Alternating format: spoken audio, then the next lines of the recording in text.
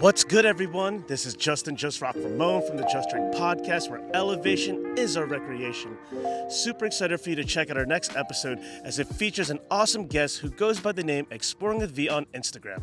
VEE is an LA-based trekker, backpacker, fisher, hiking lead, and outdoor content creator.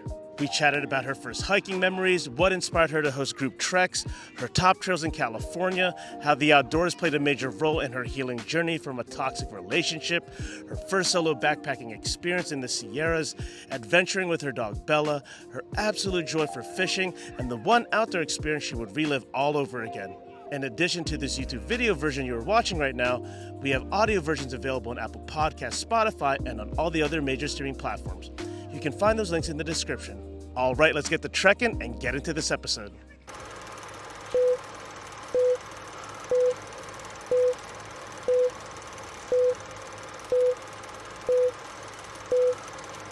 All right, y'all, we are back at it with another episode with another inspiring guest.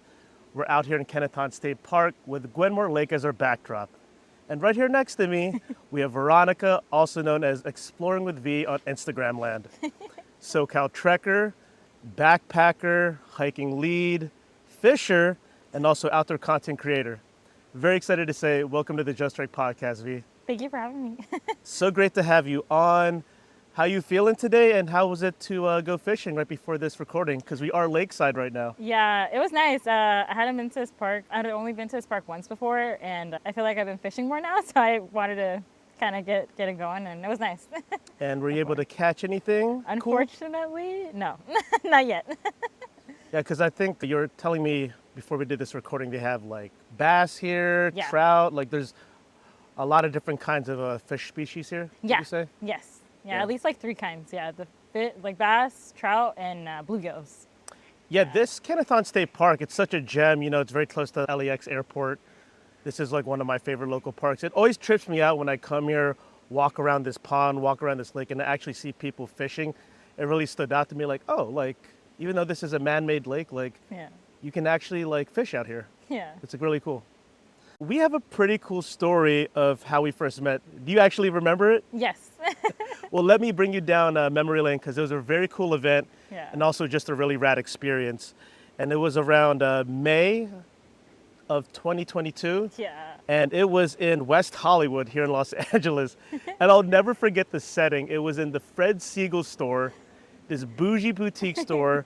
It was like an outdoor influencer event. It was hosted by Meryl and also High Snobiety. And it was a very like dope event. They had open bar, they had catering, they even had a panel that was entitled For the Love of Hiking. They had some pretty heavy hitters up there. Yeah. They had Evelyn Escobar, or Eve, the founder of Hike Club. Also Michael Washington, the founder of Usal Project. And man, his platform is just blown up like crazy too. And I remember I went there solo by myself. And you were walking around, I'm blanking out on your friend's name. You went there with a friend of yours. Oh yeah, it was Wendy. Yes, it was Yeah. Wendy. Yeah. So I was like, I think that's that Exploring with VEE girl on Instagram. And I was like, I don't know if we just walked by each other, but we definitely were like, hey, what's up? Like, I Yeah. follow you. And that led to more conversations about like different trails we were doing and upcoming adventures and just like enjoying the event in general, because that panel was very special. And a lot of the people there were like, definitely influencers for sure. I mean, you Yeah. yourself, you know, you have a good following, you've been building up. What were your impressions of that event that day and also just meeting me at that Merrill event? It was cool because I've always just seen you like online and Yeah. like I'm always like, oh, this guy's like hosting like hikes and like doing all this stuff, and it was just like nice because you were like genuinely like a really nice person. Because I Thank feel you. like you never know with people sometimes, but it was really nice and it was cool to. Because I feel like we didn't know anybody there. Yeah, So I yeah. felt like comfortable. I was like, oh, this is like my people. Like, you know, like it was nice. That's cool that you said that Yeah. because oftentimes you come to these events and not that we might feel out of place, but Yeah. you don't know anyone. You're trying to like warm up to the environment. Am I going to recognize anyone? And we didn't except each other. Yeah. And obviously some of the people that are the founders of those organizations. And that event was just like that, a DJ. It was like the whole shebang. Like I felt we were Yeah. really spoiled at that event. Yeah, it was really nice. It was a really cool event. I will never forget that. It was nice. Yeah, it was. I think you were working with Meryl, or you were like one of Yeah. their like chosen influencers at that time. Yeah, I was working with them at the time. Oh, Yeah. that's dope. Yeah. Myself and also like a few other hiking groups got to work with them. So a lot of my hiking shoes now are definitely like Merrell trail runners, Merrell Yeah. hiking boots. So it was really cool to see you at that event because damn, that was a while back. Yeah, a long time ago. And we have a lot to catch up now because that was our first time meeting each other. Yeah. And a lot has changed or a lot has happened in the in-between. All right, V, so before we get into all your recent adventures, I do want to learn more about you and your outdoor journey and just dig deeper into that. So I want you to take us back. What was your first hiking memory? It was Mount Low. It was with one of my friends. His name is JB. We met on TikTok, and we're like, oh, Shout out to cool. JB. Yeah, Explore JB. more. Yep. We met on there, and then yeah, we just we're like, oh, let's meet up and like go hike. And then yeah, we went hiking, and that was the first time I ever saw like a cloud inversion. Ooh. And ever since then, I was like, I love this. Like, I want to be able to experience more stuff like this. And yeah, ever since then, it was kind of just on a roll. I just been hiking, you know, and then, you know, obviously like I stopped for a little bit, but yeah, that was like my first memory that I will never forget. And that made me like fall in love with like hiking. What a special hiking memory. Around what year was this? Oof, that was like back in I think like 2021 or yeah, like 2021, I think. The Yeah. pandemic years? Yeah, pandemic. Yeah, it was in pandemic. That's how I got into hiking. Can you believe we're like half a decade removed from that, or at least half a decade removed from when it first started Yeah. back in 2020. When you did Mount Low, you did it as a sunrise or sunset hike or just as in the middle of the day? So it was initially supposed to be for sunrise, but sometimes they closed the road at the red box. So we weren't expecting that. So we got there and then we ended up hiking up the road and then, yeah, so it was like super unexpected because I took one of my friends that is not like, doesn't hike at all. And she was like, we were like, oh, we're almost there. But we were like, not almost there. So it took us like a while to get there. But initially it was supposed to be for sunrise. But yeah. Yeah, that's right. Red Box picnic area, that's Yeah. typically where people start to do Strawberry Peak. Yep. But it can be closed, so then it adds a Yeah. little extra mileage Yep. to do you probably did it from the Eaton Saddle Yep. to go to Mount Low. Yeah. That hike, when I first did it, it's like the best bang for your buck hike. It's like, Yeah. depending which route you do, I think most people do the 3-mile round trip or out and back. Yeah. The fact that you experienced like your first hiking memory, that being at Mount Low in the San Gabriel Mountains, Yeah. you have that cool tunnel that you walk through, that historical tunnel, I think it's called the Mueller Yeah, I think tunnel. so. Yeah. And the fact that you saw cloud inversion, or what I also call like sea of clouds, Yep. on that particular summit, that's very magical. Yeah. It was really nice. I was like, I love this. Like I want to keep doing this. Yeah, this is it, right? Yeah. It's I always feel if you can experience a cloud inversion on a high peak, on a high summit, like it'll just change your perception of hiking. Yeah. And also your perception of, if you're in the city and it's cloudy, such as a day like today, you might feel like a bit of a drag, like, oh, the weather's kind of ass right now. Yeah. But if you go high enough in our local mountains, you might get this magical or this majestic sea of clouds experience. Yeah, definitely. Would you say that Mount Low sunrise hike, that cloud inversion, that was the moment when you knew like hiking and spending extensive time in nature was going to become like more of a major part of your lifestyle and identity moving forward? Or would you say it was like another moment that happened further in? It was a moment I realized I was gonna probably keep doing that more often. Because I had done like others, because I think prior to that hike, I was exploring like abandoned places. So it was more like that type of stuff before. And then I did that and I was like, oh, this is cool. Like I want to do this. And then, yeah, after that, it was just kind of, it just started the ball started rolling and I started just hiking all the time. Speak to me more about these abandoned places. Where were you going?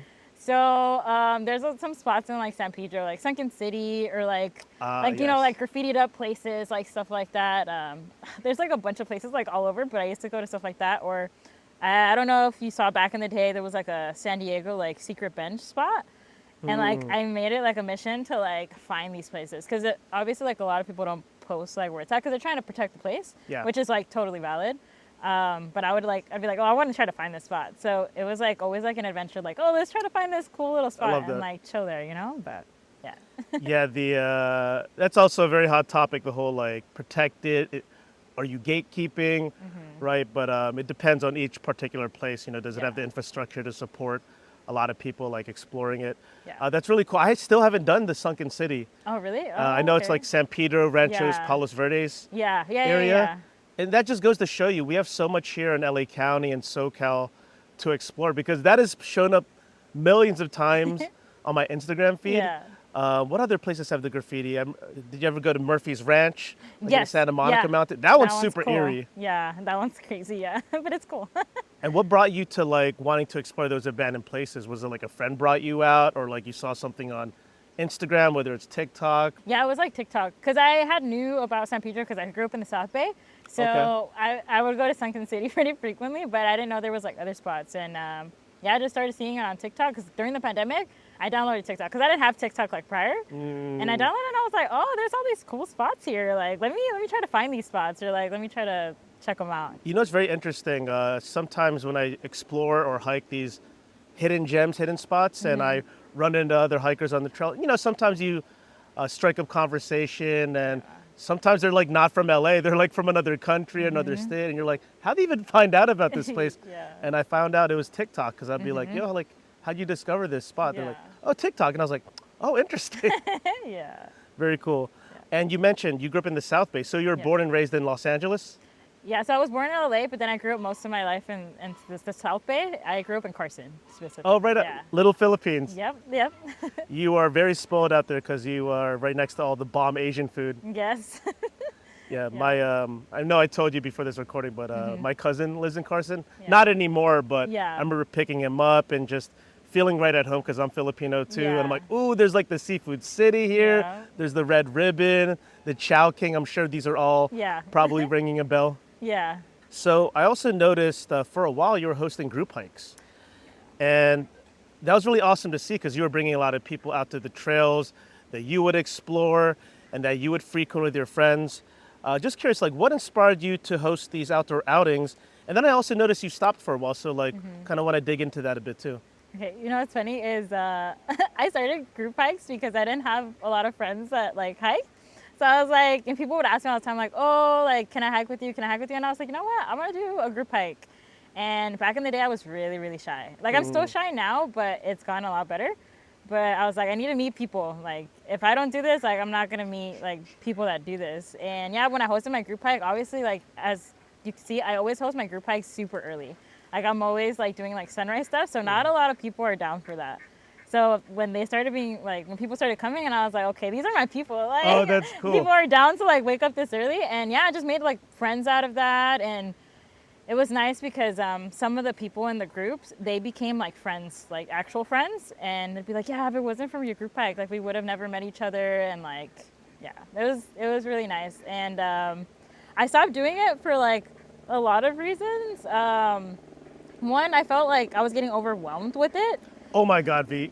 It is a lot of work to host a group hike behind the Yeah. scenes. People don't understand. Yeah, it was just getting so overwhelming, and then I was like, I felt like I was doing them so often, it was just too much, and that was one of the reasons, and then also due to like other reasons as well, just because of all the stuff I was kind of going through, I just didn't feel like mentally like I was gonna bring my best into that, so I was like, I feel like I just need to stop, and then yeah, I just stopped.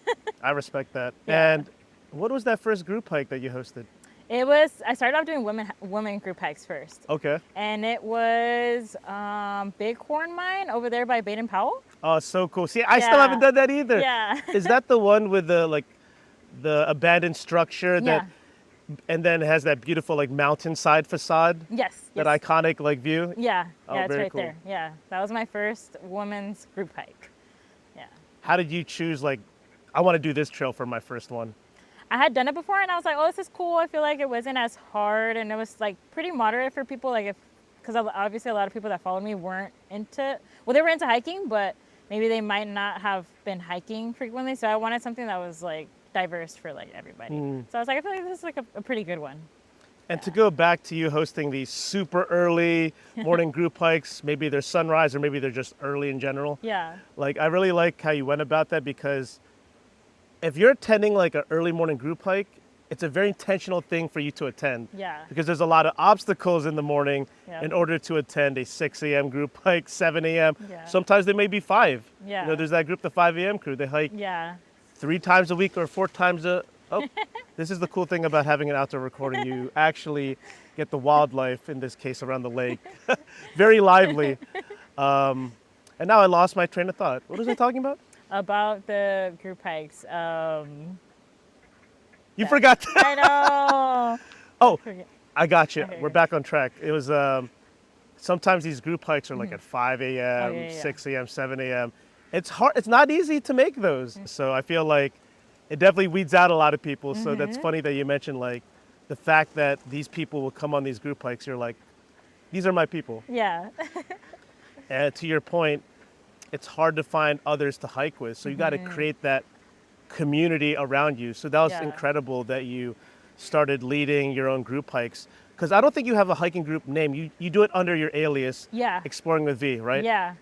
Yeah, just do it under that. Yeah. Okay, cool. Yeah, because I was like, does she actually have a hiking group name? But you don't need to. Like a lot of people Yeah. forget that. Like they might. I'm sure people have asked you, what's the name of this hiking group? You're like, well, it's just hiking with me. Yeah. Exactly. Hiking Yeah. with me. From all those group hikes, all those outdoor gatherings you hosted, is there anyone in your mind that really sticks out in terms of how memorable it was to you or how impactful for you two it was? Yeah, it was my first one where I did like the co-ed, so it was the guys and the girls. Cause I had like people like tell me all the time like, oh, invite me, and I don't know, you never know, you know? TFTI. Yeah. So I was just like, you know what, I'm gonna do it. And then, but I remember cause I would create the group chats and I'd be like, hey, like if any of you guys make anybody feel uncomfortable, like you're out. So, cause I was like, I want the women to feel safe. I was like, cause obviously I started off doing women hikes, like women only. So I was like, you can't have anybody feel uncomfortable, but everybody was super good. And it was the most I've ever had, like the most people I've ever had. I think it was like over 50 people. And I remember when I got there, people just kept showing up and showing up and showing up. And I was like, what is going on? Like, what the hell? Yeah, it was just crazy. And yeah, it was just a really nice experience. And then just people just telling me like, hey, like your posts like inspire me. Like I'm hiking now because I keep seeing you do all this stuff and it's super cool. And I don't know, I just felt like it was just something casual, and just to see how impactful it was to other people, it just made me happy. I was like, oh, this is cool. Like, Yeah, I mean, you're sharing something that's very special to you that brings you a Yeah. lot of happiness and joy, and also a lot of healing benefits. yeah, I know that's a big theme that with your story and also with a lot of the guests on this show. You know, hiking is healing, nature is healing for so many different reasons. There's so many healing properties to getting outside, and also I absolutely love that when you decided to mix it up, make it co-ed, that you set those boundaries, or you Yeah. prefaced like, hey, everyone in this group, like, love that we're bringing, you know, like a co-ed group together, but you know, keep it chill, be respectful, you know, don't creep anybody out, Yeah. don't be a weirdo. And from hosting these group hikes, like, and just guiding people into the outdoors, like, what would you say it's taught you? It's taught me to be like, push myself out of my comfort zone. Cause like I said before, I've always been very shy, and it was really hard for me to talk to people, like in general. Like I would just get like mad anxiety. And then just making myself feel uncomfortable and because obviously like if you're hosting something, you gotta talk, like you gotta do stuff. And I remember when I first started, I was like, hi guys, and my friends were like, you gotta be louder, and I'm just like, I'm trying. So like I feel like a lot of my friends see how I kind of like developed as a person like throughout all that, and it just made me push myself to do more stuff like that. That's great. That like I learned from that. And yeah, you just kind of have to put yourself out of your comfort zone to make yourself feel better sometimes. Yeah, I mean, you can't bring out this group of people out to the wilderness and you're Yeah. like, okay, let's go. Yeah, Like, yeah, you gotta speak up in the beginning, Yeah. let them know what the hike's about, introduce yourself, yeah, you know, create the energy, create the vibe. So I totally understand what you're saying. And Yeah. that's wonderful to hear that, one, you started this guiding group hikes because you wanted to make more friends Yeah. to do these adventures with. But that at the same time, it helped you just grow as a person, better at public speaking and just getting outside of your comfort zone. Because I feel oftentimes, or I feel like all the time, you know, when you seek discomfort and you're outside of your comfort zone, that's where true growth happens. To go back to your first co-ed group hike, just curious, like, where did you host that at? Which trail? that one was Trail Canyon Falls. Oh, that's such a hiking banger. Yeah, dude. And it was crazy because I remember when we were coming back, because obviously like there was so many people. So like all the cars were just stacked. And then I was like, dang, I feel bad for whoever's going to come because then they're going to, because obviously we were there for like sunrise. So we got all the parking and I was like, Ooh. oh no. But I don't know. It was still cool because we were still out there early. So I felt like when we were out, everybody was like, oh, nice. They're getting all this parking now. But yeah, that was the first one. It was nice. That's definitely one of the best waterfall hikes in Yes. Los Angeles County. The trail that just leads to the actual waterfall and the approach is like super adventurous and also a bit spicy. Yeah. Because there's some down scrambling, there's a rope, there's a high ridge. Yeah. You know, right before that to get to the waterfall.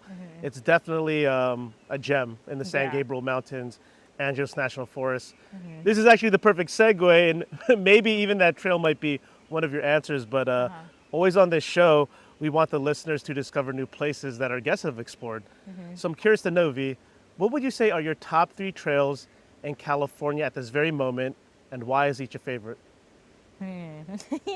So Mount Low is one of my Mount favorites. Low for sure. Yeah, that one. Sandstone Peak, I know you like that one too. Oh, we gonna talk about Sandstone Peak. That one is fire. We I gonna love talk to Sandstone that one. What other one? I think I really like Mount Baldy. Mount Baldy's pretty cool. Keeping it all SoCal, I see. Showing love to the hometown peaks. Yeah. And for each of those trails or peaks, why would you say each is a favorite for you? Or a top trail at this moment? Okay, Mount Low, because that was the one that made me basically fall in love with hiking. Sandstone Sunrise is always fire, no matter what. It never fails. Like, always fire. It's one of my favorites. It's short, spicy, and it gets the job done. You want to get out, and it's really nice. Mount Baldy, I really like that one because it's one of the first hard hikes that I did. And I don't know, it's just been memorable. I feel like every time I go there, it's always really nice, and yeah. Mount Baldy, always a challenge no matter what route you do. Yep. The tallest mountain in LA County. Yep. So let's recap real quick because this is a great 3-peak or 3-trail selection. So Mount Low in the San Gabriel Mountains, Angeles National Forest. Then second, you said Sandstone Peak. Yep. You know we got a hashtag for that, right? Oh, really? Sandstone Forever. Oh, damn. Okay. It's like our cruise hashtag tribute to that peak because that's our favorite trail ever, especially for, so you always go for sunrise. Yeah.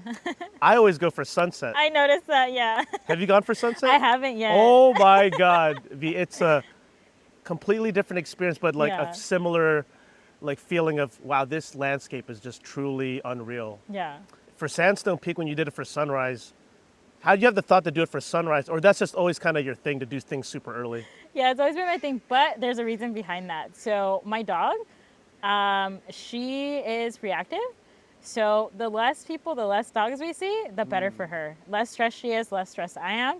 So that's always been like the thing. I was like, okay, the earlier I go, the less people we see, and she still has fun. And yeah, maybe we'll see a dog or two like on the way down, but it's not as bad as like if I were to go later in the day. I see. Yeah. And what's the name of your dog? Her name is Bella. German Shepherd, right? German Shepherd. It's such an adorable dog you have. We're definitely gonna get into further into the pod about your adventures with Bella and how that's been like.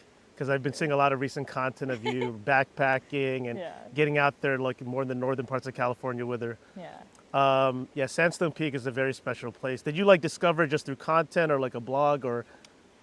I think probably on TikTok, honestly. TikTok again? Yeah, because just kind of like to backtrack from that, my family, no experience hiking, camping, or nothing. My family has nothing outdoors.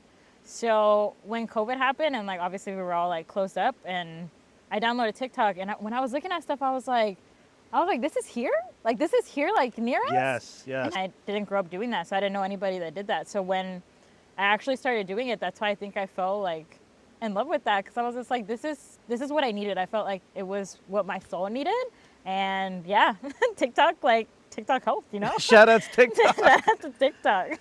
I knew when we were about to do this recording, I was like, we're definitely going to talk about Sandstone Peak a good amount because it is a very special place in our hearts and obviously in our journey and all the content we put out on it.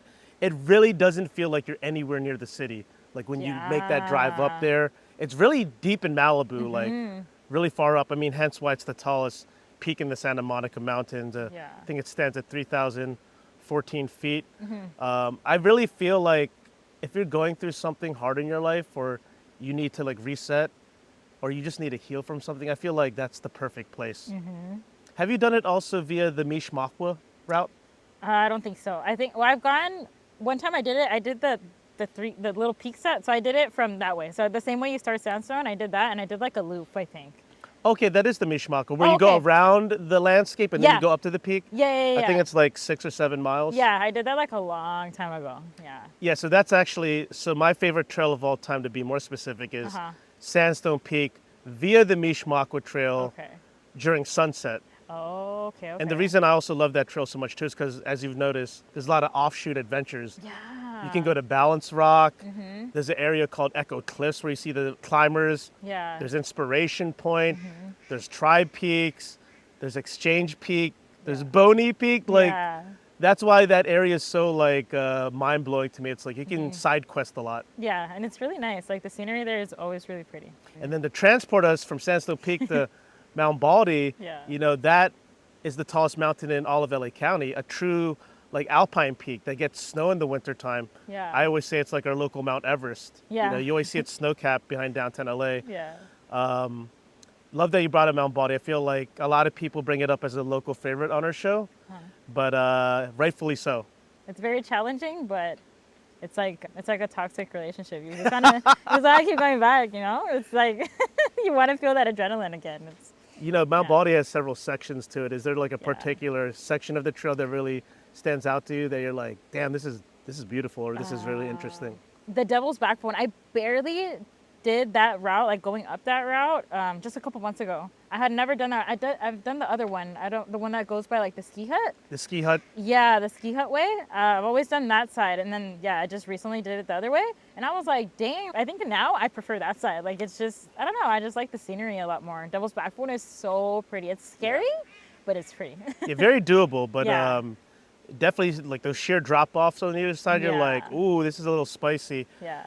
That's I feel like if you can do Mount Baldy as a loop, you really get the full like experience of how beautiful it is. Yeah. Because if you can go up the ski hut trail, which is more forested, Yeah. you have that green building, the green Monopoly building. Yeah. You reach the summit, and then you go down the Devil's Backbone. You get to see all many Yeah. layers of that mountain, and then you have the Notch restaurant there where you can grab a beer Yeah. and burger. Yep. I haven't stopped there, but I passed. Girl, I you know. gotta It's always closed when I go because I'm there early. wait. So when you went up Devil's Backbone, or did you go down it when you last did it? Oh, I came up. Oh, you came up. Yeah, but we came down the same way. But usually the restaurant's always closed because I think we started like at 1 or 2 a.m. Damn. I'm telling you, I hike early. Wait, have you also hosted group hikes at that time too? Yeah. 1 or 2 Yeah, I'm actually hosting one next week, and we're what I call it crackhead hours. You know? Oh, I read that in your caption. That was really, Yeah. I laughed out loud literally when I read that. Yeah. That one's a private group trek, right? You don't want to shout out when you're hosting it right now, right? I'm not. Yeah, I don't want to share the location, but yeah, I had people vote on the poll, and those people I DM. So. Okay, yeah. cool. Yeah. I know all of us have our own ways of how we host group hikes. Yeah. Sometimes people put it out there, all the info. Yeah. Some of us rather it be more private, and Yeah. so I respect that for sure. So clearly you've gained tons of experience out in the mountains, out in the wilderness, and also on this show we love for the listeners to learn about the awesome hiking hacks and outdoor tips that have greatly helped our guests. So V, is there anything in particular you can share with our audience from what has helped you out on the trails, like help you become like more safe or just better prepared, whether it's hiking hacks or outdoor tips? I think recently I overpack water now because I feel like you never know. Because I've run out of water a couple times and that's not fun. So I do that, and I carry my water filter now if I know there's going to be water sources. Carry a first aid kit. I never used to carry a first aid kit. So I carry that now because also you never know. I'm very clumsy. I fall a lot. So sometimes I'm like, oh, I wish I had a first aid kit. That first aid kit is so crucial, especially if you're someone that is hosting group hikes. Yeah. Because the most random accidents can happen. Someone rolls their ankle, they get stung by a bee, maybe they get a really bad splinter from a fall. But also just to bring a first aid kit by yourself or just with your friends. Yeah. I can't tell you how many times I've been with people and I'm the only one with like a first aid kit. I'm like, yo, like no one else brought anything? Yeah. Like I always try to include that like in the things to bring list, you know? Yeah. Okay, so you said first aid kit, and what was your other? Extra water. Extra water. Oh, and then a bear bell. I feel like now that I have a bear bell A on bear my bell? yeah, so like it's What's like a that? little bell that you attach to your backpack, and obviously it's a bell, so it makes noise. So it's just to like if there is bears around, they're aware that there's something or it makes them aware. So they're not. So let's say I'm approaching the bear, Yes. and it doesn't hear me, it's gonna get more scared. So I feel like that's more like it makes me feel safer because I haven't seen a bear yet. I'm gonna knock on that because I don't want to see because I'm scared, but. I feel like that makes me just feel like a lot more safer. So wildlife knows that we're around. Have you ever had a bear encounter or like a wildlife encounter that really was either magical or like a bit intense?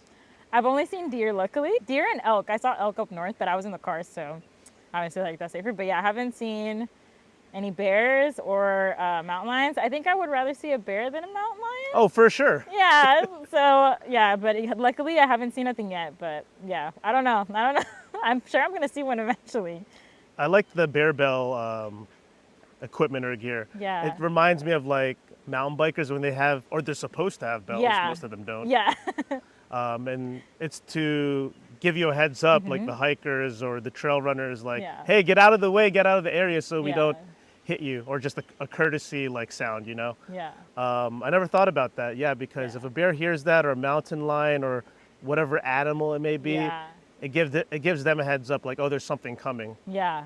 See, I always find it very interesting, you know, like when I ask that question or my friends out in the trails if they've ever encountered like bears or mountain lions, it's usually like no. Yeah. And we've done so much hiking and exploring, and I just want to put this out there to the audience, like you all have this fear about I don't want to go out in the wilderness or the woods, the mountain lions and the bears. Like, yes, they are out there, but we're in their home and they're actually want nothing to do with us. You know, yes, there are extreme cases where there are those attacks, but it's so freaking rare. Just the fact that you said you haven't encountered them, and I see you hike all the time, like every week, every month, like, Yeah. and I hike a lot too. It's surprising that I haven't even seen a bear yet. Yeah. And the Nice. cool thing in California, at least for everyone who lives here, we don't have brown bears or grizzly bears. It's only black bears. And they are usually very skittish and want nothing to do with us. Yeah. It's usually the brown bears or the grizzly bears are the ones that you got to be extra cautious about. Yeah. So we're lucky because, like you said, they're more afraid of us than we are of them. But For sure, Yeah. for sure. I actually do want to see a mountain lion though, like because they're just so elusive and rare, you know. yeah. I've been near them. I've actually had one growl at me, even though I couldn't see it. That actually was very unsettling. It was in the Okay. Mount Islip area, Oh my Angeles National Forest. gosh. Oh, I that's thought I was tripping out. Scary. I didn't know that they mimic like birds because I remember I saw a video and I was like, I feel like I've heard this before. So I was like, it's probably been around me and I haven't seen it. Yes, they have this high chirp. They make different sounds, but it's their way of communicating to each other. It sounds like a high bird chirp, and it can be very Yeah. confusing because you're like, is that a bird or is that a mountain lion? You're like, we'll just think it's a bird. Yeah. So I'd like to switch gears up right now because on social media, something that really stood out to me is that you've been very open about heartbreak and also personal struggles with weight, and even stepped away from Instagram for a very long time, I noticed. Can you share what that season of life was like for you and how the outdoors has played a role in your healing and also self-rediscovery? Yeah, so when I was off of social media, it was a very, very dark time for me. I was like going through a lot, like mentally. I was like super depressed, all this stuff. I stopped doing everything. Like I stopped hiking. I stopped doing all the stuff that made me happy. Once I went through like that heartbreak and I left, I started hiking again. And my first hike back was Sandstone Peak. And yeah, it was just, I just realized I was like, dang, like I don't want to like ever lose myself like that again because I stopped doing the stuff that I loved and like made me happy, and like this is what I want to keep doing like for the rest of my life. And the whole like weight loss too, or like because I gained a lot of weight throughout that time because obviously usually when you're depressed like that happens. And yeah, actually like switching gears and actually committing to like going to like a trainer and I'm still with my trainers now, and it's honestly like changed my life. And yeah, I feel a lot more confident now because I was like I said, I was in a really dark spot, and yeah, just hiking all the time now. Backpacking, I always wanted to do backpacking, and I was like, you know what, I'm gonna do it. I'm gonna do it, and I did it, and now I'm addicted, and now I want to go backpacking all the time. Yeah, I know we're gonna be talking about that Yeah, first special solo backpacking experience. yeah, To go back, to this really dark time, hard time in your yeah. life, like why do you think like hiking and getting outdoors allows you to heal in your perspective? Like what about it like helps you so much? I think it's just like the scenery and just like being away from like everything, because obviously when you're out there most of the time you don't have signal, so you're just Mm, like in your own thoughts, and you're just like, I don't know, when I'm out there I'm enjoying everything. Like I like enjoying the view. Like I'm not a super fast hiker. I like to like see stuff and like stop for pictures and like all that good stuff. And yeah, I just sometimes when I'm out there, it allows me to like feel everything I'm feeling. And like I said, when I did that first hike back at the sandstone, it was like so surreal because I had never experienced a cloud inversion there. oh, that was your first time coming out of this dark period. Yeah, and then I just felt like it was just like a sign from like the universe. I was saying like you should come back, like nature's here for you. Like we're always gonna be here for you. And I got up there and I was just crying. I was just like I miss this so much. It just felt like like I said, I had lost myself for so long, and when I was finally back out there, it just felt like home again. I was just like, this is my place. Like I miss this. Like I've never been like so happy until like I started hiking. But yeah, And obviously only speak on how much you are comfortable with. yeah, Sounds like what put you in this dark place was like a really bad toxic relationship. yeah. It was toxic, and I could have left like a long time ago. But like I don't know. I'm just the type of person. I feel like women, maybe not all women, but we feel like we can fix people. So like we try to stay in certain situations, and yeah, I was just like very insecure when I was in there just because of certain stuff that happened that made me feel that way. And that's why I stopped going out, because I was like, oh, if I go out, what if this happens? Like, if I Oh, go out, wow. like, what is it? Like, I was always like I couldn't enjoy myself being outdoors, so I was always worried about what was happening, like, while I was gone. So that's what kind of stopped me, because before, when I was in that, me and my ex-partner, we would go out all the time. But then we both just stopped hiking. Well, I still hike. Also adventuring together too, right? Yeah, Yeah, yeah. yeah, because that's how we like met and stuff. But yeah, I mean, we kind of what the stuff that happened that caused us to have like problems happened, and it just was like we could have probably just separated at that time and just called it quits, and yeah, we just stayed, and yeah, it wasn't the healthiest thing. But It's hard to yeah, know. It's hard to know, like, yeah, or it's very difficult to be proactive about getting out sooner than you should. yeah. Once this last time that something happened, I was just like, you know what? Like this is it. Like I can't take this mentally anymore. Like I've forgiven this person multiple times for like certain stuff, and I just can't. Like it's hurting me more than them. So yeah, I was just like, I need to get out. And yeah, once I got out, and I've been happy ever since. I'm not gonna lie and say like I don't get sad. Like I'm like Yeah. I put online, I'm obviously super open about that. I still get sad sometimes, but I feel like that's normal when you've been with somebody for so long. How long? I was with them for 4 years. Okay, yeah, that's a significant amount of time. Yeah, so I feel like, obviously you get used to that person, and like you're gonna occasionally miss them or like think about certain stuff, but at the end of the day, like it obviously didn't work for a reason. And I feel like maybe we're both gonna be more happier like separate. At least for me, like I feel like I needed I needed to separate from that, because now I'm obviously happy and I'm back to doing like all the stuff that I wanted to do. I always feel movement is the medicine, especially in the Yeah. outdoors. Because I also notice like you're really into your fitness, and Yeah. when you were being so open on social media and Instagram about like you're going through this, and then you started being back on the gram, you're hitting the gym, you're hitting the outdoors. I was like understand that feeling. Yeah. It's you have to like literally move and move your body to like feel different about yourself, and Yeah. also to perceive whatever you're going through much differently. I always say on this podcast, if you can change your physiology, you can change your psychology, No. and that movement is the medicine. Because I think one of the biggest things to like reducing like that heartbreak or depression or anxiety is physical fitness. Yeah. It's one of the tried and true things. Like Yeah.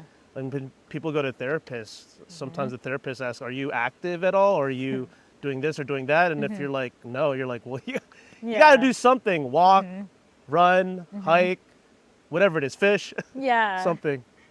Yeah, but it's definitely, yeah, that I feel like that definitely is a game changer. Just working out in general too, like, oh man, like if I'm having like a super stressful day, sometimes I'm like, oh, I don't want to go. But then I'm like, no, I have to go. And I Yeah. force myself to go, and then I'm like, hell yeah, like I'm glad I came, like, you know? It's like those early morning crackhead hour sunrise hikes. Yeah, like I hate it when I'm going, I'm just like, oh man, I want to cancel, but I'm hosting it, so I'm like, damn, that would be really messed up. I'm like, sorry guys, I can't come. So I'm just like, oh, I have to go. So yeah. I feel like those sunrise hours, the crackhead hours, like you find out a lot about yourself and others. Oh yeah. It really is an obstacle and a huge challenge at the beginning, but Yeah. when you're on the trail and you finally reach the peak and maybe you experience a sunrise or you're just out at such an early hour, I just Yeah. feel like you accomplish so much with your day. And that's a Yeah. very powerful feeling, Yeah. I feel it sets the tone for the rest of the day and maybe the weekend or week. Yeah, it does. Because you feel like you have the whole rest of your day. Yeah. You're You like, know, oh, what else depending can on I what it do? is. Yep. Maybe we'll go to the beach. Yep. All right. Thank you, V, for being open about that. I always feel like on this show, yes, we talk about the outdoors and nature, favorite trails, Yeah. but also like what people may be going through in their lives and how the outdoors and nature does play an important role, a healing role, and also just allows you to kind of like rediscover yourself, when you're out there. So Yeah. thank you for being open about that. I know you have been open about it. Yeah. And it's really special to hear these stories and for the audience to hear it because they know that they're not alone, that maybe they might be going through the same thing and they Yeah. see you climbing out of that hole and you finding happiness for yourself again and that things will be all right. Like things, like there's that phrase, this too shall pass Yes. at some point, right? And I really believe that for you. Yeah, definitely. So I want to transition into something very special that you did recently and you went outside of your comfort zone and you finally embarked on your first ever solo backpacking trip. What inspired this adventure and where did you go? So I do solo hiking sometimes, and yeah, I was just like, you know what, I want to go solo backpacking. But then I was like super scared. I was like, dang, like this, all this stuff could happen. But I was like, you know what, I'm just gonna do it.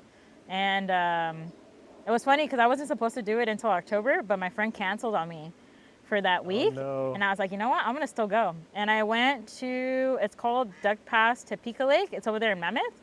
Okay, so the Eastern Sierras region. Oh yeah, I'm out there. I've been out there for the past couple months, like Hell yeah. at least 2 to 3 times a month. And yeah, that it was an experience because it was the longest backpacking trip I had done in general. And then obviously I was doing it by myself. But I had went to Mammoth the week prior, and we kind of did the trail. Me and my friend did the trail, and I was just like, oh, there's a lot of people here. So I was like, oh, I think I should be fine. So when I backpacked in, it was. The conditions kind of sucked that day because there's that wildfire that's happening Okay. over there.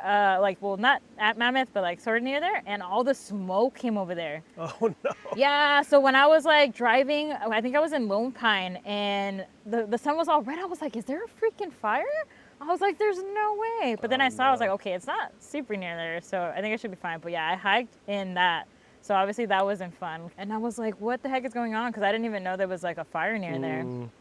So yeah, I got there. I had ate at one of the spots there in Mammoth, and I asked the locals. I was like, "Hey, was this smoke like this already?" They're like, "No, it just happened like overnight. We just woke up and it was like this." And I was like, no. "Oh no!" Did you ever find out what caused it? Was it like lightning or was it man-made? To be honest, I don't know, but I think it's still ongoing. They've contained some of it.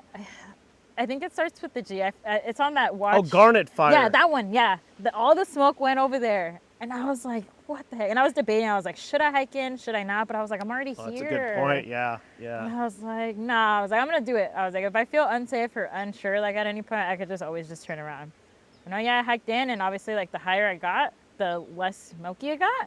So I was like, I got this. But yeah, The cloud smoke inversion. yeah, the clouds looking, yeah, it's just smoggy everywhere. I was like, whoa. But yeah, it was definitely mentally challenging for a little bit because I was like, dang, am I gonna be able to like make it up here? Because I was carrying, I think it was like 30, yeah, dang, I think I was carrying like 36 to 38 pounds. Okay, yeah. Yeah. Solid amount of backpacking weight. Yeah, and yeah, I was going up like the switchback area, and I was like, dang, I was like, I'm almost there. Like, I didn't know, because I was gonna originally plan to stop at another lake and then hike the next day to the other one, but it was a lot of people at that other lake, so I was like, you know what, I'm just gonna keep going. This is the And Duck Pass. yeah. What are the stats of this hike that you did, or the backpacking route? I Do you believe remember? it's around like 10 miles elevation gain. I think it's like maybe like 1 to 2,000. It's like closer to the 2,000 elevation gain. Okay, that's a solid backpacking route. Yeah. Not too insanely strenuous, Yeah. but enough elevation gain and a lot of mileage. Yeah, and then I was up at 10K elevation. So, Oh, you're nice. Yeah, so it was nice, and yeah, I finally got to my destination, and I was like, oh, this is cool, and yeah, I just set up camp, and I wasn't as afraid as I thought I was gonna be, and then I was just fishing. I thought I was gonna get bored, but boy, when you're fishing, you don't get bored because you're always like, oh, this is gonna be the cast. Like, this is gonna be the cast where I get one. I only caught one fish that trip, but I caught one at least. So. Oh, so I always trip out about this. Yeah. So how, at a high alpine lake, because you were at 10K Yeah. where this lake was, Yes. so people just fill the alpine lake with fish? Or No. how does that work? These are just fish that are just there. Really? And then you know they mate and stuff, and there's more little fishies. Yeah.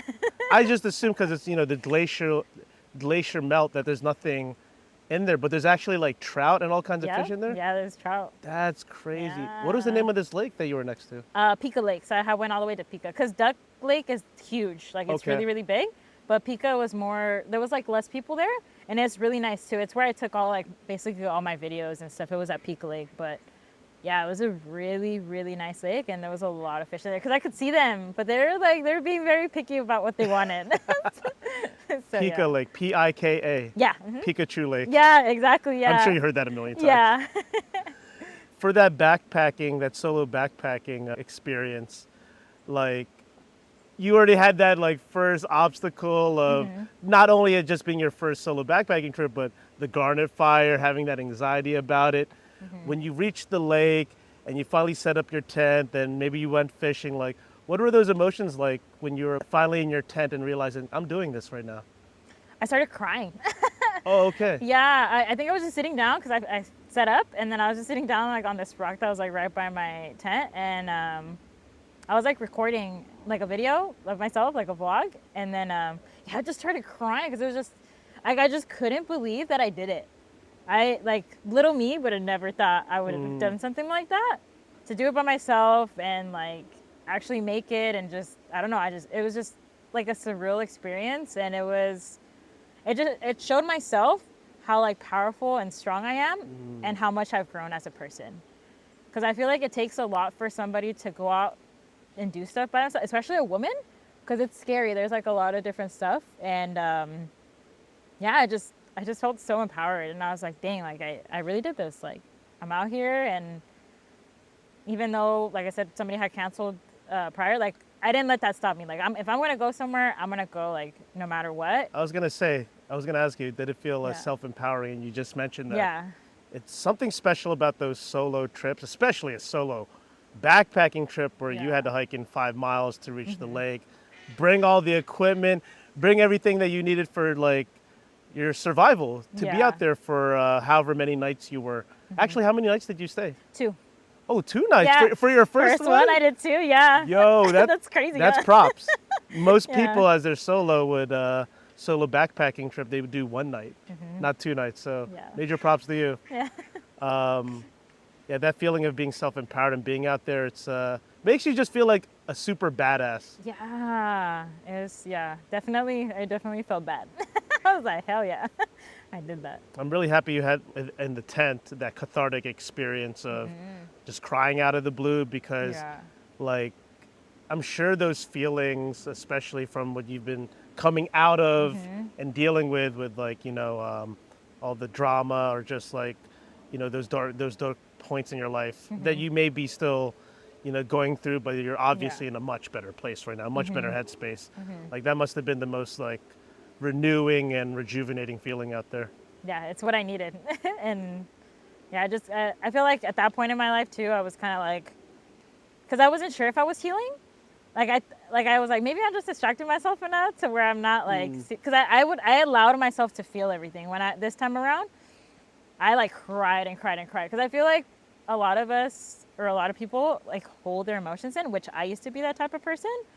But I don't know, crying just makes me feel better. It's just that, yeah. So when I was there, I was like, dang, like I'm actually healing. Like I feel like this is actually making a difference, and I'm actually changing as a person, and I'm growing as a person. And that's why it made me so emotional, because I was like, a couple months back, I didn't think I was ever going to be this happy ever again. Wow. Yeah. So like, that's what I'm telling you. I was like in a really tough spot. Like I just thought, I was like, oh, I'm going to be miserable. And no, I'm out here living. I'm out here happy, you know? I mean, you went to bed and then you woke up, you're like, I'm next to a majestic alpine lake. Like, life is beautiful. Yep.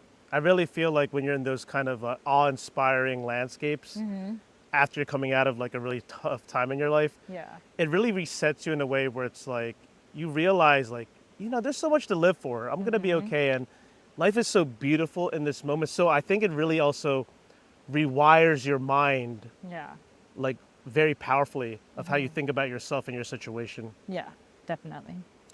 And something I took great notice that we've been speaking on prior to this podcast and also right now is that all your recent adventures, you're fishing. And it's been such a treat to see how much delight you take into it. And my question to you is, what does fishing bring to your adventures? Or I notice you have been doing it more so on your backpacking adventures. Is it like the joy of catching the food, the fish, the calm of casting into the wild? Or is it something deeper for yourself? Or maybe it's a mixture? I think it's the thrill of like every cast, because every cast, you never know if you're going to get a fish. And sometimes you're not always going to catch fish, and that's just a part of fishing. Sometimes I do get like upset. I'm like, why aren't they biting? But that's just how it is. And just when you catch a fish, it's just like, it's cool. It's like, it makes me so happy when I catch a fish. I haven't catched and cooked. I always catch and release. Catch and release? Yeah. I want to do a catch and cook, but I feel like most of the fish I've caught aren't as big. And I feel like you don't want to kill the small ones. You want to let them grow and like thrive. And then when they get big enough, like if that's what you're going to, like if you're going to cook them, like that, when they're bigger, it's better. That's just how I feel. And I don't know. I don't know if I can kill a fish by myself. What sparked this passion for fishing or wanting to fish? So I used to fish a long time ago with my ex-partner. We both got into it, and then we stopped. Okay. And then after, I was like, I want to start fishing again. I was like, I remember it used to be really fun, and yeah, I started fishing, and I caught my first trout again. And I was like, oh yeah. I was like, I want to keep doing this again. So then I started buying all this fishing stuff, and yeah, I've been on a roll. I like trout fishing more like in the alpine lakes. It's more. That's what I want to do. Yeah, it's so much fun, dude. It's really, really fun. And once you catch it, like I'm telling you, once you catch your fish, it's just like, I don't know, it's just like a different experience. Like I feel like a little kid. Like I'm like, oh, fish, you know, like it's so cool. But yeah. Please show me sometime, because I know nothing in that realm. Also to ask you, what is I've been seeing this as a very popular activity, is fly fishing. What is the difference between fly fishing and, I guess, regular fishing?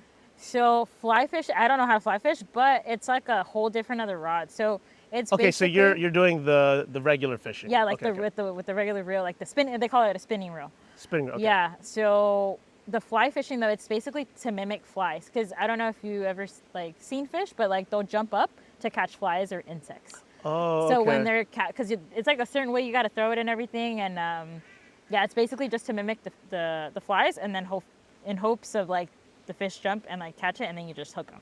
Oh, I see. Yeah, and with the spinning reel, it's like different. You're like casting like different types of baits, whether it be spinners, like little jigs. What's a jig? It's like a little like, I don't know, kind of like how I showed like the little plastic thing that I have over there. Oh, but okay. it's like, but they're really small, and that's where I caught some of my stuff. And then I have other lures that are called bullet lures. It's like a legit bullet, and it has like this spinner on it, and I've caught fish on that too. Oh, very cool. Yeah, there's like all a different bunch. kinds of bait or lure that you can use. Yeah. And you use something, a bullet? A bullet lure, yeah. A bullet lure, okay. Yeah, it's like a bullet, and it has like the little hooks, and then it has like a little spinner. So when it's in the water, it's like this little thing that it just spins, and it looks cool, and sometimes the fish like it, and and yeah, I caught one on that one before. That was cool. Yeah, was there like any particular super memorable catch of yours, like out on these backpacking trips or adventures where you're like, yo, like this is an amazing fish I just caught, or you're just something you're really proud of? It was in Yosemite. So one of my last, well, yeah, one of my backpacking trips this year, I caught a brook trout, and it Ooh, was, okay. yeah, I had caught one because my friend was, I had hiked with my friend that time, and he went to go do the peak that was there while I was sleeping, and so while I was waiting for him, I went down and I went to go fish, and I caught one by myself, and it was like a decent sized fish, but I was like super hyped because I was like, hell yeah, like I caught it. But then the second fish I caught while my friend was there, it was big. Like it was like a good decent size, and I was just like, hell yeah! I just like I get super hyped on fishing. Like it's gonna be like it's my like new addiction at I, this time. I think it's the coolest thing when I see people combine different outdoor activities in one setting. I think it's really special. I think it's important to have numerous activities that you can combine, so it really brings that like adventure even more to life. Like it's much more multi-layered. Yeah. You know, like it's the hike, it's the exercise, it's seeing majestic views, and now you're slowing down and you're casting out into the wild and you're being more present, and now it's like, what can I catch? Because it's a very like primitive thing to do to like, because you're foraging from the land at that point. Yeah. I know you're doing catch and release, Yeah. and not doing catch and cook yet, Yeah. but just that fact that you're out there like casting a line and waiting for a fish to like catch on it. I think that's it looks very therapeutic. It is. Yeah. It's nice, and because you get distracted, and like I said, I don't think it's boring. Like at least well, me, because I like casting. Because I know there's other people that like will they'll cast and they'll leave their bait. I get very frustrated when I do that, so I like throwing stuff. So it's just the thrill of like, because I think I saw a video the other day. It was like that friend that's always like, oh, let me just do one more cast before we go. Because you're like, oh, what if this last cast is like the cast where I catch a fish? And yeah, it's just the thrill of just seeing. Like you never know. You literally never know. You might throw something and you might catch something. You might throw something and you might not. But And when you fish and you're casting, how long are these experiences like? Is this like you're doing this for 30 minutes or like 2 hours, or what does that look like typically?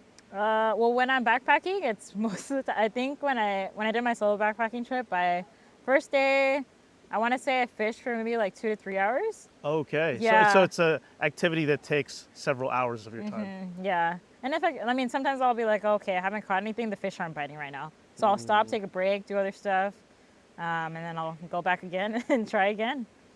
But yeah, it's like Very usually a cool. couple hours. Yeah, watch. You're gonna see like just fishing vlogs from you I from now on. know. Very cool. Yeah. So to get out of the solo backpacking trip and fishing, let's talk about your trail bestie, Bella. And that is your adorable Sherman Shepherd that is always beside you. I guess my first question in regards to your doggy Bella is like, how'd you come up with that name? And I love that name, by the way, because it's actually the name of my first cousin down in San Diego. Her name's Bella. Oh, nice. So her name, I'm a huge fan of Twilight. Okay. So I named her after Bella. All right, all right. That's how I got her name. That's the origin story. Yeah, that's the origin story, yeah. And you look so happy when you're out with your dog, as I imagine if I had a dog, I would be extremely happy. You feel like you're never really alone, right? Yeah. What has hiking with Bella taught you about the outdoors or even about yourself that you might not have learned if you were just hiking solo? It's like a extra sense of security for sure. Because obviously when you have a dog, especially a big dog, she's very, very, very overprotective of me. So she's, so it's just that extra sense of security. I have to always be mindful of her too, because you have to. So now that I go backpacking with her, I have a dog first aid kit. So I carry like a human first aid kit and then a dog first aid kit, because you never know too. They can get injured too. Like they're just as prone to getting injured. And What's in a dog first aid kit, or like what are some of those items? like almost the same stuff as us, but then there's like certain bandages, like so that like the hair doesn't get stuck on it. There's this powder that I bought, so if she does start bleeding, I put the powder and it stops the bleeding immediately. There's like little pills like Benadryl, so if she's feeling sick, it'll help her. Stuff like that. Stuff for ticks, like tick removers. I carry that now because she's getting older, so I'm afraid of something happening to her, and As you can tell, she's very spoiled. I have everything for her. She has her own sleeping bag, her own I saw sleeping that pad. dozing off in one of your backpacking Yeah. trips. How old is she? She's 6 now. She just turned 6 this last month. Okay. Yeah. And with Bella, it looks like you've done so many hikes, so many trips, maybe even road trips. Yeah. Is there any experience that sticks out in your mind as the most memorable memory with Bella that you currently have? Yes, just recently. So we did a backpacking trip and a camp trip, but it was the most she had been out. So it was like, I think we were out for 3 days. And so it was her first time with the sleeping bag and all that stuff, because I had the sleeping pad, but not the sleeping bag, because we went to the Sierras, and obviously it's a little colder over there. True. So on I think our second day that we went actually just camping, it was like late at night, we were cooking, and I went to the tent to go get something, and she followed me, and she's like, hey, let me go in the tent. And I was like, why do you want to go in there? Oh, But she's wow. like, I'm tired, like, let me in there. So I opened it, and she like laid in there, and I tucked her in, and then she was just chilling by herself, because she usually always wants to be with me. So she never wants to be like, if I'm going somewhere, she follows me. Like, she's always like with me. She'll stay awake. Yeah, but then she was like, nope. She's like, I'm tired. She's like, let me go in there and sleep. And I was just dying. I was just like, that's so crazy. She's like, please, like, let me. And she like pawed me, like, let me in the tent. Oh, that's adorable. Yeah, but that was, yeah. And then just her, I don't know. She's my little baby. I just love seeing her and her little sleeping bag and her just passing out is just hilarious. Yeah, just watching dogs sleep is always a trip to me. You're like, oh, Yeah. you forget. They're like humans. They need rest. They need to sleep. They need to close their eyes. To go back to the first aid kit, I remember, I saw that Bella does have her own pack. It's like a red pack. Yeah. I saw that. I was like, oh, that's also really smart, because maybe you have items that you might need her to carry. So it's also Yeah. very like efficient and convenient too. Yeah, because she carries her food, her water, her sleeping bag fits in there. I was Really? surprised, yeah, because it's like it's pretty small. It's like gonna be like this size. And I was like, oh, let me see. And it fits in there. It's like super huge. So yeah, she carries her own, she carries her own weight. I carry some of her stuff, but she carries most of it. Yeah. Did you get a dog because you wanted like a outdoor hiking companion, or did you always like, No, I you just got- started bringing her on it? Yeah, I just started bringing her on, yeah. Because obviously when I got her, I wasn't hiking. Okay. Yeah, so when I started hiking, I started bringing her. She's done Baldy with me 2-3 Wow, times. she did Baldy. Yeah, and I'm gonna take her to Cucamonga Peak soon. She's gonna do that one with me, but she loves being outdoors, and she knows when I leave. Like if she even hears me get my backpack, she starts crying. Yeah, so if I don't take her, she's like, why are you taking me? Why are you taking me? Yeah. When I went to Yosemite, I couldn't take her because obviously You dogs don't aren't allow allowed. dogs, yeah. But I remember she heard, because I had the bear bell on my backpack, and she heard it, and she started crying at the top of her lungs, man. I legit started crying. I felt so bad. I was Wow, like, really? They do "Yeah." cry about that, knowing that you're gonna go outdoors, huh? Yeah, like she knows. She's like, oh, you're leaving me. I'm like, I'm sorry. They hold that spite and resentment when you come back. They're like, Yeah. you better take me at everything from Yep. now on. All right, so super excited to ask you this next question, as you just have so many countless adventures. If there was one hiking or outdoor experience you could relive all over again, what would that be for you? That backpacking trip I did to Yosemite, man. It was one of the most breathtaking views I've ever experienced. And I'm hoping about going next month, but I have to see if I can get permits. But it was just so surreal, because it was one of I haven't really gotten to Yosemite. I've been to Yosemite once, but it was just literally to one of the falls, and then that was it. It was like a day trip, like a fast day trip. Because my friend, he cooks. I've posted about him before. He does like a lot of outdoor cooking, so he cooks out in Yosemite a lot. So you're spoiled. Yeah. No, but he's cool, because the first time we met him was because he was doing like a giveaway. And that was our first time there. So he was just like, I won the giveaway. And so he cooked for right us. on. Yeah. And then after that, we like kind of been in contact. And then I was like, oh, we should go backpacking. Because when we hung out with him, I was like, I want to go here.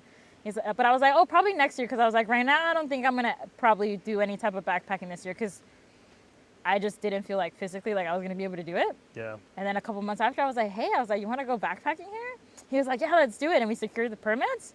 And yeah, we did it. And it was cool because we got to experience that. Like the cooking, he cooked out there. He cooked like cooked steak and pasta for us that day. Yeah, that was my next question. I'm like, what was the Yeah. grub? What was it exactly? Yeah, it was a steak and pasta bomb. Damn. Yeah, because he's a chef. He cooks really, really, really good. And yeah, shout out to Junior. That's my friend. But And he does, I believe his Instagram is called like Peak Dining. Okay, Yeah, right on. yeah. So he's trying to like make a living off of that right now, or like trying to do that as like a side hustle.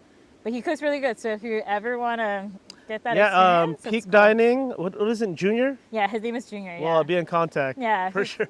Yeah, he's really cool. But yeah, the hike was really cool. The lake was amazing that we went to. That's where I caught the fish. And then we had like a thunderstorm, but the thunderstorm was far away.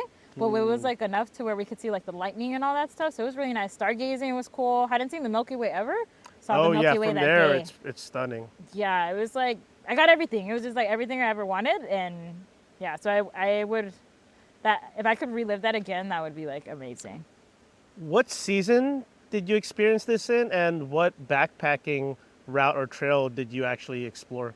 So it was the Trails Cathedral Lakes. Okay. Yeah. So and then season, I think we did it in September or like, no, maybe it was the month before that. I think maybe like the end of August, but so it was cold, but it wasn't that cold, and yeah, it was just like perfect. But we only did it overnight, and I just felt like it wasn't enough. So I want to go back again so that I could do 2 nights there. Was there a certain campground that you hiked into the trail and you found a Yeah. campsite or just a campground area? Yeah, yeah, because Okay. you kind of just pick wherever you see is open, kind of thing, or wherever you want to camp. Because yeah, there's not really like designated camp spots at like a lot of the backpacking trails. Some backpacking trails there is, but for the most part, it's just kind of wherever you find a spot, you kind of just camp there. But Okay. you don't want to kind of camp too close to the lake because that can mess like with the ecosystem. I heard. I So also it's know if you nice. camp close to the lake, that's usually where the wildlife Yeah. that like to part. hang out. Like Yeah.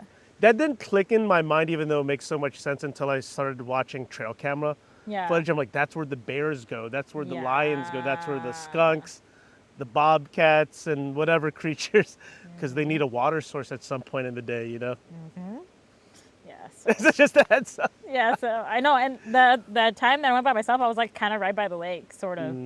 So I was like, oh, we'll see if I hear anything. But I didn't. Luckily, I didn't hear anything, and I slept really good. Because that was another fear when I went solo. I thought I wasn't gonna sleep very well because I thought I was gonna be afraid. But yeah, I got the best sleep of my life. It's awesome to hear that Yeah. the one hiking or outdoor experience you'd relive all over again was very recently. Yeah, yeah, And I mean, I haven't experienced Yosemite as a backpacker. All the times that I've gone there, I've done the Mist Trail, and then I Yeah. did Half Dome Oh, okay, nice. twice. But I'm ready to like return back to, national parks or just landscapes, and Yeah. because I just started like backpacking also recently too. So I feel like once you start your first backpacking trip or challenge, the whole world opens up. You're like, oh, I don't gotta suffer the whole day to reach the peak, or I can just bring all my gear and be self-sufficient and just kind of take this trail at a leisurely time and set up base camp and you're home away from home, Yeah, it's really nice. I mean, it's really nice too if you have someone like Peak Dining or Junior spoiling you. That was definitely, yeah. And he carries a lot, man. He's super beast. He's a really cool guy. Right on, right on. Yeah. All right, guess what? What? It's time for the rapid fire question section. Oh, snap. I think you may be familiar. The way it works, there's 2 rounds. The first round is outer focused, and then the second round is personal. So just answer with one-word answers or just short and concise answers. Okay. All right, you ready? I think so. You ready, rock steady? Yes. All right, here we go. Favorite trail snack? Waffles. Trail runners or hiking boots? Hiking boots. Desert or deserted island? Deserted island. Rock scrambling or surfing loose scree? Rock scrambling. Dawn or dusk? Dawn? Wait. Especially if you like sunrise. Yeah. Okay, dawn. Yeah, I was like. I get confused too. I'm like, is that sunrise Yeah, or that's what I sunset? was like. Yeah, dusk is sunset. Okay, hour. okay, for sure. Mountain lions or grizzly bears? Mountain lions? Taco Tuesday or waterfall Wednesday? Oh, Taco Tuesday. What kind of taco? Al pastor tacos. Ooh. Fire. I like Angel's Tacos a lot. Their Al Pastor is fire. Oh, is that in LA? Yeah, they have a few like Okay. taco stands in LA. Oh, I highly good. recommend that one. I think it's very Tijuana style like Oh, tacos. okay, They Tijuana's slap the fire. guac on like Yeah. crazy. The Al Pastor, I think is it spigot or something. I think that's what it's called. I The think meat so, is just yeah. so it's like crispy too. It's so good. Recommend Angel's Tacos if you haven't had it sure. yet. Actually, do you have a taco spot you want to share? Oh, have you tried birria? Oh, I love birria. Teddy's Red Tacos. Oh, I've been there. I love Teddy's Red Tacos. Fire, dude. That was an addiction of mine for a while. I was like, I need to stop. Yeah, that place is so good. Yeah, birria got really like trendy. There's so many birria shops now or Yeah. taco birria stands. Yeah. Favorite camping meal? The tiki masala from Mountain House. From where? From Mountain House. It's like the freeze dried meals. Oh, that's something I actually meant to ask you about. You are also a Mountain House Ambassador. ambassador? Right now, yeah. Oh, that's so cool. Is Yeah. there a, would you say that's your favorite meal of theirs? Yeah, dude, I tried it because I love Indian food and I like tikka masala. And I remember when I saw it, I was like, oh, this is cool. And I tried it and it legit, like it actually tastes, because you never know, So it actually tastes like tikka masala. And my friend also, well, Wendy, she likes Indian food too. And I remember she came Oh, right backpacking on. with me when I was eating that. And she's like, dang, this is really good. So yeah, it's one of my favorites right now. That's dope. Did you have to apply to be in a Mountain House ambassador, or did they reach out to you? How does that work? Yeah, so they did like this application. So my friend Wendy sent it to me. She was like, hey, she's like, check this out. She's like, you can apply. So I applied. It was like an application. You just answer a bunch of questions. And yeah, they hit me up and yeah, I got chosen. So I'm Dope. with them for 6 months. That's very cool. Yeah, Yeah. I was like, I keep seeing the Mountain House dehydrated meals popping up in Yeah. your backpacking trips. Yeah. Right on. Santa Monica Mountains or San Gabriel Mountains? San Gabriel Mountains. San Gabriel Mountains or Eastern Sierras? Eastern Sierras. National park you want to visit the most that you have not already? The Grand Tetons. Which state is that in again? I think that's in Wyoming. Okay, Could be wrong. we'll look it Possibly. up. Yeah. All trails or Gaia GPS? All chose. Music artists you want to hike with? Maybe one of my favorite. They're these Spanish artists. They're called Latin Mafia. Latin Mafia? I think Yeah. I've heard of that. Yeah, they're really Yeah. cool. Yeah, they're like newer right now, but they're cool. Music artists you want to fish with? Who knows if it's different? Oh, music artist? Dang, Fishing. that's crazy. Bad Bunny. So sad that he couldn't he chose not to do any of his shows in I know. the mainland of the U.S. because of all the being afraid of like the ice raids. And all that. That's Yeah. crazy. I know, but that's cool because he's looking out for our people. So. Yeah, he doesn't want like his event to be like a hot spot Yeah. for just raids or drama to happen. Yeah. Greatest fear on the trail? Seeing a mountain lion. Favorite piece of outdoor gear you own? My Labubu. That's a piece of outdoor gear? It's A a part Labubu? of, well, it's because my Labubu's special, okay? My Labubu is like an adventure Labubu. I didn't bring it. I should have brought Oh, it. you should have brought it. Should have been sitting right here. No, but it legit has like a little bucket hat and has like a little mountain on top, and he has like little overalls. Oh, that's dope actually. Yeah, I take it every backpacking trip, every hiking trip, and it's like, yeah, that's the only Labubu I wanted because it was like one of the special ones. Oh, it came like that. You didn't like customize it Nope. or add all that stuff? It was like that, and I think I forgot what it's called, but it's something like adventure, like some. So I was like, oh, this is my hiking Labubu. Okay, so I never really looked into it. Obviously, it's gone viral. Yeah. What is a labubu? Is it kind of like a, that trend back in the day, or that beanie babies? Is it kind of like a beanie baby? Yeah, I think so. Yeah. I probably aged myself right now. No, yeah. I think it's like definitely like that. It's like trendy. It's like, it looks creepy and scary, and like ugly kind of. But I think it's cute because it's ugly. It's like a cute monster, right? Kind of, yeah. Yeah, it's like really adorable, and then you can like dress them up. But that one came like that. Like it legit came with all that stuff. Oh, this is the only one I want. In one word, how does hiking make you feel? Happy, In one word, how does fishing make you feel? thrilled. What's your ideal outside temperature? 70 degrees. 70? Yeah, I think Nice. so. All right, that concludes round one. We'll step into round two, but first I'm gonna have more of my matcha. For So I always say I need a water break, but I have matcha this time around. Oh man, matcha.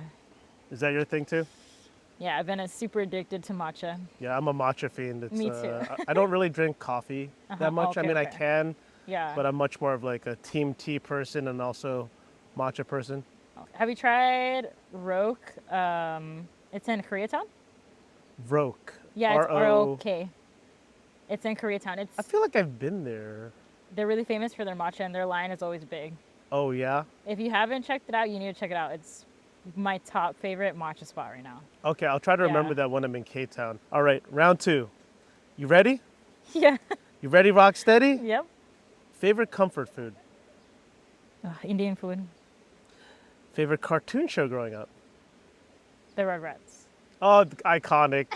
Yeah. Yeah, I was binging the Rugrats for a very long Yeah. time. Favorite emoji? The dang. I've been using stickers. Stickers? Yeah, like No emojis? oh, dang. No, wait. All right, what's the sticker? Okay, the sticker, it's this I don't want to do the laugh. It's like this guy, he has like a chef hat on, and he's like, haha, yeah, boy. And it's like I'm pretty sure you've seen it, like, because people use that like sound and that guy a lot in memes. Okay, okay. And like I made it a sticker, so like me and my friends be sending it to each other like all the time. We'll be doing like some troll stuff, and then we'll put like the face. So that's like my iconic favorite one. It's a custom sticker you made? Yeah, it's like because you can make stickers now on iMessage, so you can make them like a bunch of them. And I have a bunch. Like, You'll have to use a sticker on one of your Instagram stories when we announce your episode I'll put online. that one. Okay, yeah, for sure. I want to see it now. Favorite anime? I noticed in your bio that you're into anime. oh, At that this is moment. hard. Okay, Jujutsu Kaisen. Jujutsu Kaisen. Yeah. Right on. What's your hidden talent?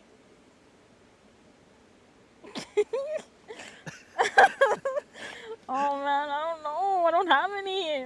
I thought you were gonna say something like you thought was like super embarrassing. That's why you started laughing. No, it's just, dang, hidden talent. Yeah, what's something you might have done maybe when you were younger, or something like you stopped doing that you felt you had some skills at? You know, not an expert or Yeah. you're not the best, but you know, you could represent it. Damn.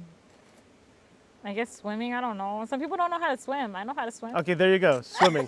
Swimming is very important, especially you out in the outdoors, alpine lakes, out in the creeks.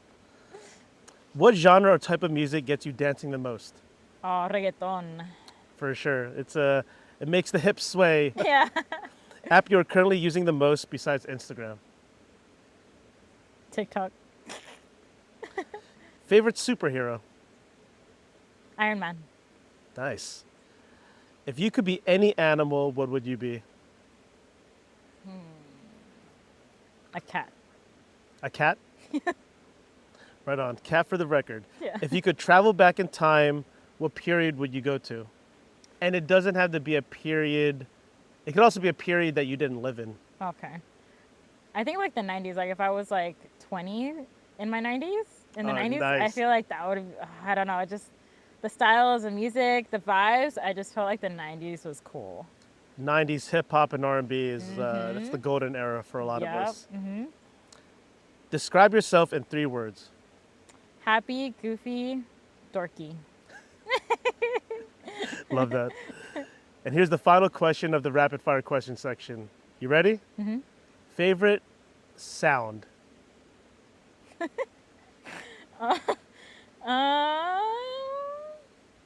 Take a moment to process that one. Dang. Favorite sound. Favorite sound? You're out on the trails, maybe you're near the alpine lakes or out in the peaks. What's a favorite sound of yours? I think like, you know when you're hiking and the little crunchy noises from like when you're stepping? I don't know. I just like that noise. It's like nature ASMR. Yeah. Like hearing that crunch, the gravel beneath Yeah. your hiking shoes. There's something about that. Yeah. I like that. Yeah. Yeah, I feel like it's meditative because it's this Yeah. constant Uh-huh. Yeah. Great answer. Yeah. All right, that concludes the rapid fire question section. You survived. Congrats. So now we're pretty much at the end of the episode, but I always turn the spotlight back to the guests. Veronica, V, do you have any final words and thoughts you want to share with the outdoor community or just maybe your friends and family? The floor is yours. Dang. I'm just happy to be here. I'm happy to like talk about like my story. I feel like lately how like everything's been going and me getting back into hiking has helped a lot of people because a lot of people reach out, and it just makes me happy that like even though I'm being vulnerable, like maybe other people might not like that, but other people appreciate that because they're going through like the same thing. And I want my social media page is for people to feel safe and to be able to relate to certain stuff and see that they're not alone. So I feel like lately that's kind of been like my target audience right now. And yeah, just inspiring, getting back, just showing people that even though you're going through like dark times, stuff gets better. Like it's not gonna always be easy, but it always gets better. You just gotta put yourself out there and yeah. When I have guests on this pod, sometimes it's about feeling, when Yeah. I want someone on. And when I saw you took a long break and were going through what you were going through, Yeah. and you making this big comeback and getting back out there again, seeing you happy, you being vulnerable but showing your happiness, you getting back out on the trails, I was like, I want to have her on the show. Like that's Yeah. always really special to see someone come back from when they're taking a long break or they're going through like a really hardship in their life, and Yeah. to see them get back outdoors. Like that really drew me to wanting to reach out and for you to share your story. And also, we've just also been following each other Yeah. for several years now, maybe like Yeah. 4 or 5 years now on Yeah. Instagram. So Definitely. yeah, thank you, V, for sharing your story. All right, y'all, that concludes another episode. Just Trek Podcast, Elevation is our recreation. Veronica, Exploring with V. We are out, y'all. Bye. Peace.